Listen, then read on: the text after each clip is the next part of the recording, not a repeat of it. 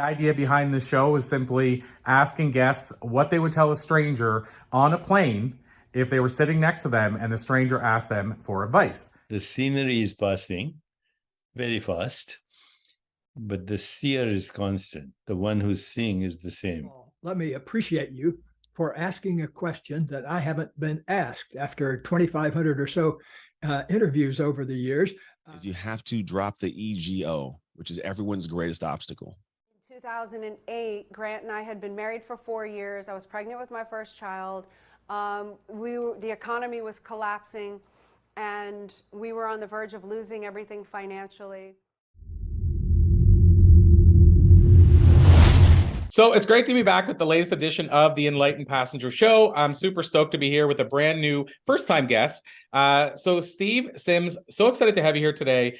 I did a little bit of background reading. I'm super stoked to talk about your journey, and it's definitely not like the straight line down the road journey.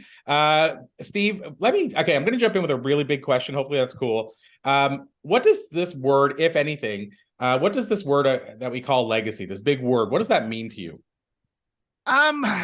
Someone said to me that you die twice. Once when they put you in the ground, and the second time when your impact dies. So legacy to me is the impact that you leave when you're no longer in the room, in the world, in the air. So I think that's what it is. I want to create impact that goes beyond my years. I love it. And you know what? I get a lot of answers around legacy, and I think that is really the overall theme. So I love that. Let me now. So I said I was going to jump here quick, but did I read? I think I was reading it on Wiki or somewhere that you started your journey as a bricklayer. Yeah, I was a bricklayer in London, and now I do what I do. and you were a stockbroker as well, right? For one day, yes. What? One day? Oh my God. Yeah, I try. You said at the beginning that my life wasn't straight. What entrepreneur's life is. So I realized I was broke as a bricklayer, so I tried to get a job with rich people. One of those jobs I tried to get was a stockbroker. Literally lasted one day and was fired the following day. So yeah, I've learned the word "you're fired" many, many times in many different languages. So now let me, being an entrepreneur, do you think that's one of the benefits, is that you're the only really one now that can potentially fire you? Is that? Yeah. You are the one that, it's your fault when you're not making enough money to pay the rent, and it's your clapping and the back clapping that you deserve when you're buying the house. So yeah, you are both the best asset and the worst problem you got. I love it. So now, again, not a straight path. So I ask this question often, and I know you've probably been asked this many times, but success. Do you have like a point of frame of what success really is to you? Like, is it all the things we hear all the time in society, like the material stuff? Is it achievement? Is it significance? Like, what does success mean to you? So I run a lot of different parameters of success. Success is being able to afford a cup of coffee. And I'm not joking, just being able to walk into a beautiful restaurant, grab a cup of coffee, sip your coffee, know your time's your own, and leave. That's a successful life.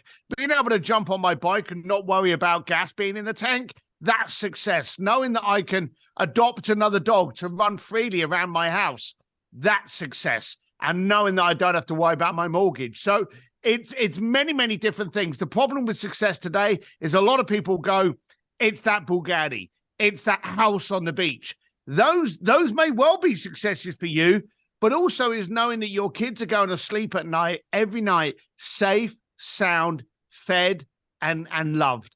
That's success. So there's many different points of success. You've got to recognize them all. And so I love the title of one of your books, Go for Stupid. So can you tell us, like, what was the catalyst for that? I mean, is it just the life you live that you want to share how to live an abundant, crazy life, or what was the thing behind it? I don't think my life's crazy. I think I'm just dead to ask. The catalyst was I got very pissed off during COVID. There was a lot of times that we couldn't connect, and people used this as an excuse, where the real fact was we were getting really bad at connecting before COVID. So I realized that we were also in a gotcha society, a cancel society, the cancel culture. I also realized that during COVID, we were attacking each other. Me too, Asian hate, Black Lives Matter. Our ability to communicate is going down the toilet. Yet everyone we revere, Walt Disney, Henry Ford, Richard Branson, Elon Musk, they have stupid goals. And here's the thing. If I say to you, hey, let's plan on doing something impossible, we've just planned on something that's a ceiling. There's a brick wall. But if I say to you, hey, let's take this goal and let's make it stupid, childlike curiosity comes into your frame. You can't say, hey, let's do something stupid and not smile about it. And that's a great start to any kind of goal that you're going for. So in the book, I talk about communication, the people we revere, some good friends of mine that I know that are powerful people through the planet and how they perceive communication and going for the goals. And then the things that I've got up to, and I'm really there to kill your excuse. You're gonna read this and go, hang on a minute. If that bricklayer from London can be doing this with the Vatican, why can't I? And that's what I want.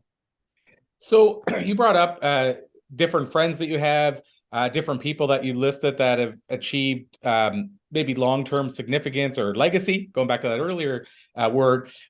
Have you noticed some common threads or traits or habits that they have that maybe most people don't have? Oh, absolutely. Every single time. For one, they align themselves with culture. They never employ anyone. They align themselves with people that share the same beliefs and attitudes. If they're not got a skill set in something, hey, you could do a 12-week course on that. But if you don't have the same belief and focus, you're never going to be able to teach that. So they align themselves on culture first, resume second. Another one of the other big ones is time. They see time differently to non-successful people. And that's why most successful people became more successful during COVID, because they literally were given more time. They didn't have to fly anywhere. They didn't have meetings. They could work on their work. So a lot of people compounded their ability because they had more time. We know we can make impact. We know we can make more money, but we still don't know how to make more time. So for that reason, they value time more than anything.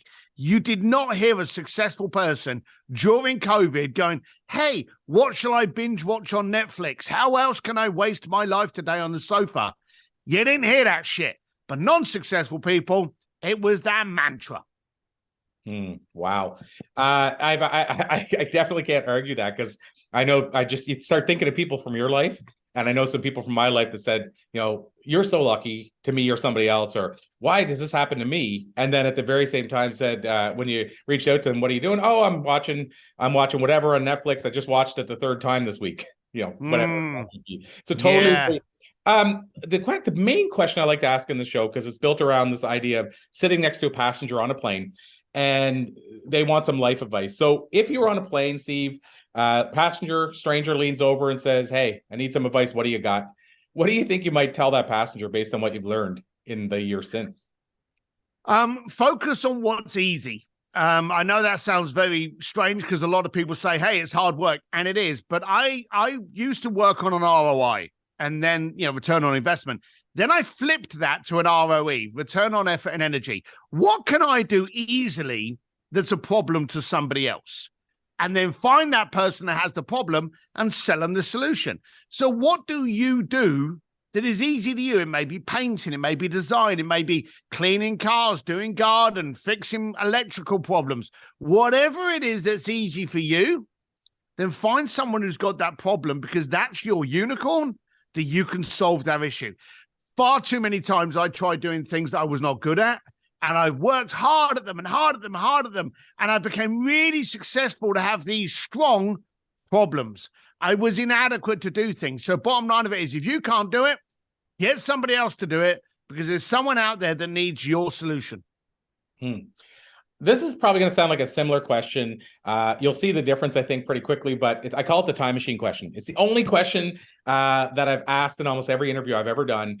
And it's basically this: if you could jump into a time machine, go back and talk to a younger Steve and give him life advice. Of course, the difference is stranger on a plane is different than younger Steve. What do you think you could tell that younger Steve? Nothing.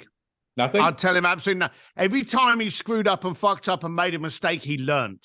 You see, we don't get more successful from the success. We become successful from the education of the mistakes. You see, I could lose all of my money today, and tomorrow, hey, I know how to make money. I'm empowered. I know how to make relationships because I was not very good at it. I know how to make businesses because I failed at businesses. I know how to make money because I lost money. All of that education, why would you deprive your younger self of that? And so I would literally just probably say, stay off the shit whiskey. But other than that, nothing. This probably won't surprise you, but when I've asked that question, I used to follow it up with, and would you even get in the time machine? I'd let them answer first and then ask the question. 90% of the high achievers I interviewed said wouldn't even step in the time machine. They said they might get in the time machine to go experience something else or go back and talk Shakespeare or something, but they wouldn't go back to change anything about to the younger self. No, absolutely not. I don't think I'd even want to meet my old self. I think I was young, frustrated, aggravated, didn't know what was going on, uncouth, unrefined. I'm probably not the best person I'd want to meet. Wow. So my last official question, then the unofficial question, I just want to learn how we can learn more, how people can get the book, all that kind of stuff.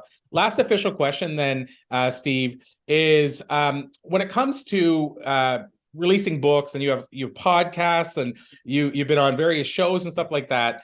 If you could give one tip, because we have a lot of people that follow us that are trying to become an expert themselves or trying to reach a certain level or get their brand out to other people. Is there one or two things you would tell people that move the needle the most for you? Yeah, it's not a pitch fest. We're not on here to do a half-hour pitch on, hey, look at me, I'm wonderful. What can you do to help the audience? If you can help the audience, and the question should always be, every time you get a stage, every time you get a podcast, every time you get an interview, you ask them this, who's your audience? And then speak to the audience and help the audience. If it works for them, they'll follow you. Don't worry about CTAs. Don't worry about turning up with your cap on, with your logo on. Don't worry about any of that shit. Show up as a solution every single time, and that will put you in demand. That could be a mic drop right there, Steve, but I got to ask you, because I don't want to leave you run without people. Short interview, they probably want to know how to reach out to you, follow you, get the book, so they can go for stupid and all that kind of stuff.